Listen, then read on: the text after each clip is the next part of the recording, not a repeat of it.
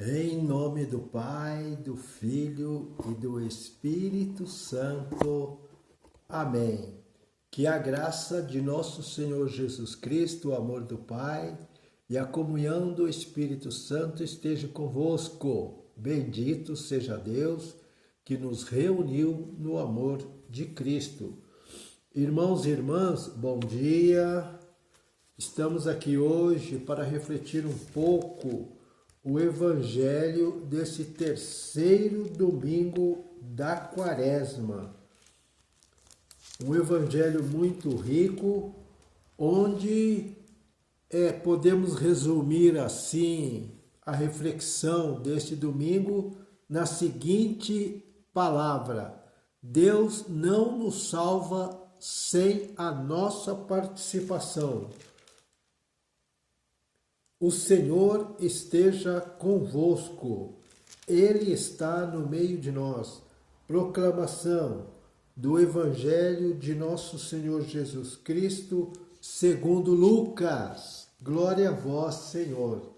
Naquele tempo, vieram algumas pessoas trazendo notícias a Jesus a respeito dos galileus que Pilatos tinha matado, misturando o seu sangue com os dos sacrifícios que ofereciam.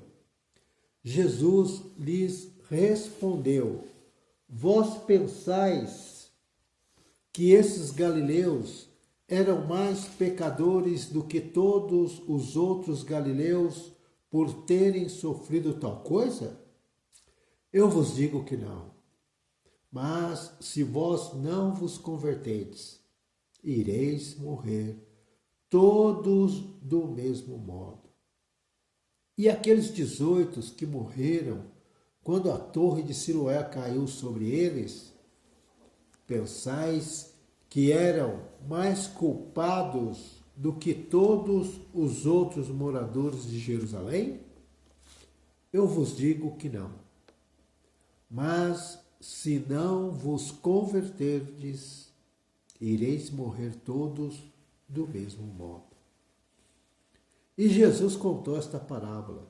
Certo homem tinha uma figueira plantada na sua vinha, foi até ela procurar figos e não encontrou. Então disse ao vinhateiro: Já faz 3 anos que venho procurando figos nesta figueira e nada encontro. Corta, porque está ela inutilizando a terra? Ele, porém, respondeu: Senhor, deixa a figueira ainda este ano. Vou cavar em volta dela e colocar adubo. Pode ser que venha a dar fruto. Se não der, então tu a cortarás. Palavra da salvação. Glória a vós, Senhor. Meus queridos amigos e amigas que irão ver este vídeo, nós começamos a quarta-feira de cinza, onde o profeta Joel nos convidava à conversão, e nós recebemos aquela cinza como sinal de penitência, como sinal de melhoria de vida. E percebemos que neste Evangelho, Jesus se utiliza de 2 fatos que aconteceram na época. Algumas pessoas que foram mortas numa revolta contra os romanos e sobre aquelas pessoas que morreram sobre a torre de Siloé. Este tempo de quaresmal é um tempo para buscar a graça de Deus, cortar da nossa vida tudo aquilo que nos afasta do Senhor.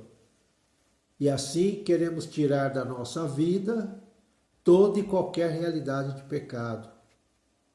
Quando Jesus fala deste episódio, desses galileus que morreram dessa forma trágica, ele no final diz do mesmo jeito.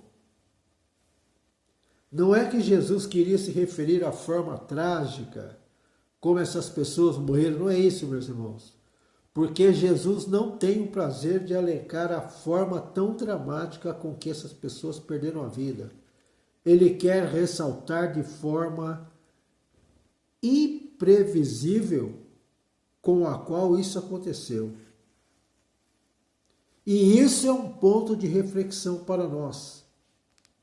Nós muitas das vezes pensamos que vamos ter muito tempo, vamos fazer algo gigantesco, pensamos em ter que fazer alguma coisa. E isso pode causar cada um de nós, me desculpe, estou um pouco gripado, aquele mal que nós já falamos aqui, que é o mal da procrastinação, de deixar sempre para depois. Sabe aquela situação de ir sempre empurrando com a barriga? Se eu penso em ter muito tempo, se eu penso em fazer ainda muitas coisas, eu posso perder o foco daquilo que hoje preciso fazer, naquilo que hoje preciso banir e tirar da minha vida para que a graça de Deus cresça. Nós precisamos pedir humildemente ao Senhor que nós assumamos o nosso caminho pessoal de conversão, porque a Páscoa do Senhor se aproxima. No final do Evangelho aparece a imagem da figueira que Jesus apresenta, mostrando para nós os dias da nossa existência. Para Lucas, essa figueira somos nós.